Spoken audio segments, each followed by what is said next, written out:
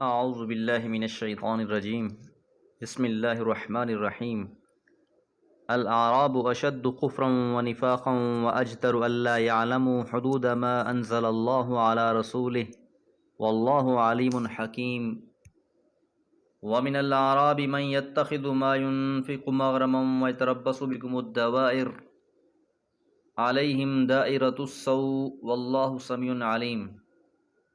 سورۃ التوبہ آیات 97 اور 98۔ الاعراب بدوی لوگ، اعرابی لوگ، اشد زیادہ سخت ہیں، کفرن کفر میں، ونفاقن اور منافقت میں۔ اعراب عرب کے صحرا اور بادیہ میں رہنے والے لوگوں کے لیے استعمال ہوا ہے۔ اعرابی مفرد اور مؤنث کے لیے اعرابیہ استعمال ہوتا ہے، جمع اعاریب۔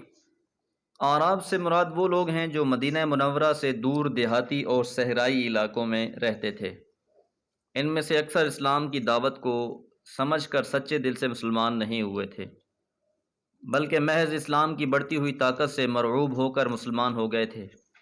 انہیں شہر مدینہ منورہ میں آنے، مسلمانوں سے میل جول رکھنے اور آپ صلی اللہ علیہ وسلم کی صحبت سے فیضیاب ہونے کا بہت کم موقع ملا تھا۔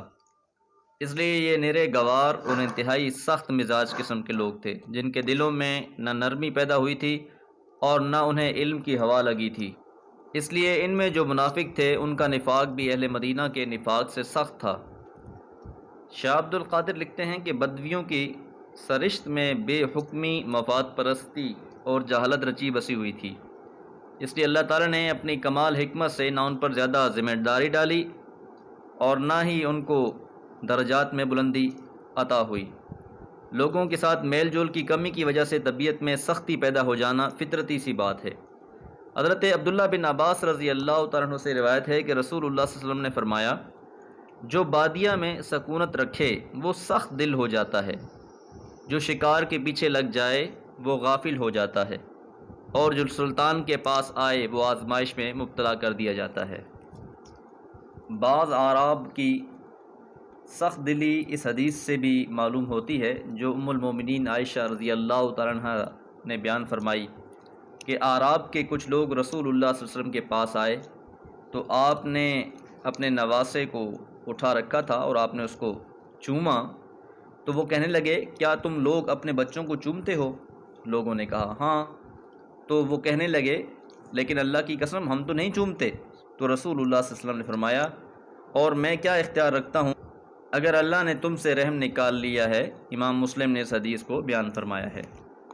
تو الاعراب اعرابی اشد زیادہ سخت ہیں، کفرن کفر میں بھی، و نفاقن اور نفاق میں بھی، و اجدارو اور زیادہ لائق ہیں، اللہ یعلمو کہ وہ نہ جانیں، حدود ما انزل اللہ حدیں ان چیزوں کی جو نازل کی ہیں اللہ تعالیٰ نے، علی رسول ہی اپنے رسول پر، کہ جو اللہ تعالیٰ نے نازل کیا ہے اس کے بارے میں یہ آگاہ ہی نہیں، نہ قرآن کے بارے میں ان کو کچھ معلومات ہیں اور نہ رسول اللہ صلی اللہ علیہ وسلم کی سیرت اور کردار سے یہ کوئی زیادہ واقفیت رکھتے ہیں۔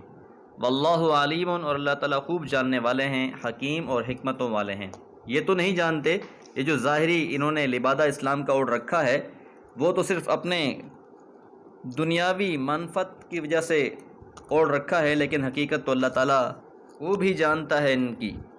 ومن الاعرابی اور اعرابیوں میں سے ہی، من یتخذ جس نے بنا لیا ہے، ما ينفق جو وہ خرچ کرتا ہے، مغرمن چٹی، تاوان، یعنی جب انہیں حکم دیا جاتا ہے، مغرم تاوان اور چٹی کے لیے استعمال ہوتا ہے، اور مغرم اس چیز کو بھی کہا جاتا ہے، غرام سے یہ لفظ ہے جو چیز لازم ہو جائے، جس طرح قرآن مجید میں فرمایا ان عذابھا کان غراما، بے شک اس کا عذاب ہمیشہ چمٹ جانے والا ہے۔ تو بعض اعراب ایسے ہی ہیں جو زکوٰۃ ہو یا جہاد، اس کے لیے جب بھی کوئی پیسے دیتے ہیں تو وہ اللہ کی رضا کے لیے نہیں دیتے، بلکہ اس کو اپنے لیے مصیبت اور تاوان سمجھ کر ادا کرتے ہیں۔ وَيَتَرَبَّصُ اور وہ انتظار کرتے ہیں، بِكُمُ الدَّوَائِرَ تمہارے لیے چکروں کی، گردش ایام کی۔ دوائر دائرہ کی جمع ہے، دارہ یدورو سے گھومنا اور چکر لگانا، یعنی وہ انتظار میں ہیں کہ کب تم پر کوئی مصیبت آن پڑتی ہے۔ اور تم کب زمانے کے کسی چکر کے گھیرے میں آ کر زوال کا شکار ہو جاتے ہو۔ اور پھر ایسا ہی ہوا کہ جب رسول اللہ صلی اللہ علیہ وسلم اس دنیا فانی سے رحلت فرما گئے تو ان میں سے اکثر نے اسلام کو چھوڑ دیا اور کفر کو دوبارہ اختیار کر لیا۔ تو یہ اس طرح کے موقع کی طاق میں تھے، اس لیے فرمایا کہ تو انتظار کرتے ہیں کہ تم پر کب اس طرح کے ایام آتے ہیں۔ علیہم، ان پر دائرۃ السوء، برائی کا چکر ہے۔ برا چکر تو اصل میں انہی پر ہے۔ واللہ سمیع علیم، اور اللہ تعالیٰ خوب سننے والا اور جاننے والا ہے۔ یعنی برا چکر انہی پر آنے والا ہے، کیونکہ جو دوسروں کے لیے برائی سوچتا ہے اس پر وہ خود مسلط کر دی جاتی ہے، اور جو دوسروں کے لیے بھلا سوچتا ہے اس کے مقدر میں بھلائی لکھتی جاتی ہے۔ اللہ تعالیٰ کے یہ فیصلے ہیں، اور اللہ تعالیٰ ان معاملوں کو خوب جاننے والے ہیں اور خوب سننے والے ہیں۔ اللہ تعالیٰ سے دعا ہے اللہ تعالیٰ ہم سب سے بھی خیر کے کام لے۔ وما علیہ الا البلاغ۔ اعوذ باللہ من الشیطان الرجیم، بسم اللہ الرحمن الرحیم۔ ومن الأعراب من يؤمن بالله واليوم الآخر ويتخذ ما ينفق قربات عند الله وصلوات الرسول ألا إنهم قربة لهم سيدخلهم الله في رحمته إن الله غفور رحيم۔ سورۃ التوبہ آیت نمبر 99۔ آیت نمبر 97 اور 98 میں ہم نے یہ بات جانی تھی کہ جو اعرابی لوگ تھے، بدوی لوگ تھے، وہ کفر اور نفاق میں بہت آگے تھے۔ وہ سخت دل تھے، ان کے مزاج بہت سخت تھے۔ لیکن ایسا نہیں ہے کہ تمام کے تمام بدوی اور دیہاتی لوگ اس طرح کے ہوں، بلکہ ان میں کئی لوگ ایسے بھی تھے جو اللہ اور اس کے رسول پر ایمان لانے والے تھے، اور جب وہ چیز اللہ کی راہ میں خرچ کرتے تو اسے اپنے لیے کوئی چٹی یا تاوان نہ سمجھتے تھے۔ اس لیے اللہ نے فرمایا وَمِنَ الْأَعْرَابِ، اور بدویوں میں سے، مَن یُؤْمِنُ، جو ایمان لاتا ہے، بِاللَّهِ، اللہ پر، وَالْيَوْمِ الْآخِرِ، اور آخرت کے دن پر۔ اعراب میں سے جو مخلص اور راست باز مسلمان تھے، یہ ان کا بیان ہے۔ فرمایا کہ ان اعراب میں سے سچے اور پکے مسلمان بھی جو اللہ اور روز آخرت پر مضبوط ایمان رکھتے ہیں، وَيَتَّخِذُ مَا يُنْفِقُ قُرُبَاتٍ عِنْدَ اللَّهِ، اور بناتے ہیں، جو خرچ کرتے ہیں، قربات عند اللہ، اللہ کی قربتوں کا ذریعہ۔ قربات، قربتن کی جمع ہے، وہ عمل جسے انسان اپنے خالق کے قریب ہونے کا ذریعہ بنائے۔ وصلوات الرسول، اور رسول کی دعاؤں کا ذریعہ۔ صلوات، صلاۃ کی جمع ہے، جس کا معنی نماز کے علاوہ دعا بھی آتا ہے۔ یعنی سب اعراب ایک جیسے نہیں، ان میں کئی مخلص مسلمان بھی ہیں جو خوش دلی سے صدقہ کرتے ہیں اور اسے اللہ کے ہاں قربتوں اور رسول کی دعاؤں کو حاصل کرنے کا ذریعہ سمجھتے ہیں۔ اللہ تعالیٰ نے ان کے حق میں شہادت دی ہے کہ ان کے یہ اعمال یقیناً ان کے لیے قرب کا ذریعہ ثابت ہوں گے، اور اللہ تعالیٰ ضرور انہیں اپنی رحمتوں میں داخل فرما لے گا۔ اس لیے فرمایا الا، سن رکھو، انہا، یقیناً یہ، قربۃ لہم، ان کے لیے قربت کا باعث بنے گا۔ یعنی یہ ان کا صدقہ و خیرات کرنا، ان کا یہ ایمان لانا، یہ سب اللہ کے ہاں مقبول ہیں، منظور ہیں، اور یہ ان کے اعمال اور درجات کی بلندی کا سبب بنیں گے۔ سیدخلہم اللہ فی رحمتہ، اور عنقریب داخل کر دے گا اللہ تعالیٰ انہیں اپنی رحمتوں میں۔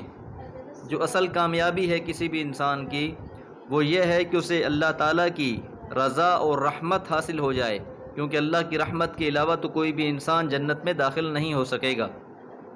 حضرت عبداللہ بن ابی اوفا بیان فرماتے ہیں کہ جب کوئی گروہ رسول اللہ صلی اللہ علیہ وسلم کے پاس صدقہ لے کر آتا تو آپ اس کے لیے دعا کرتے اور فرماتے اللہم صلی علی فلان، اے اللہ فلاں پر رحم فرما۔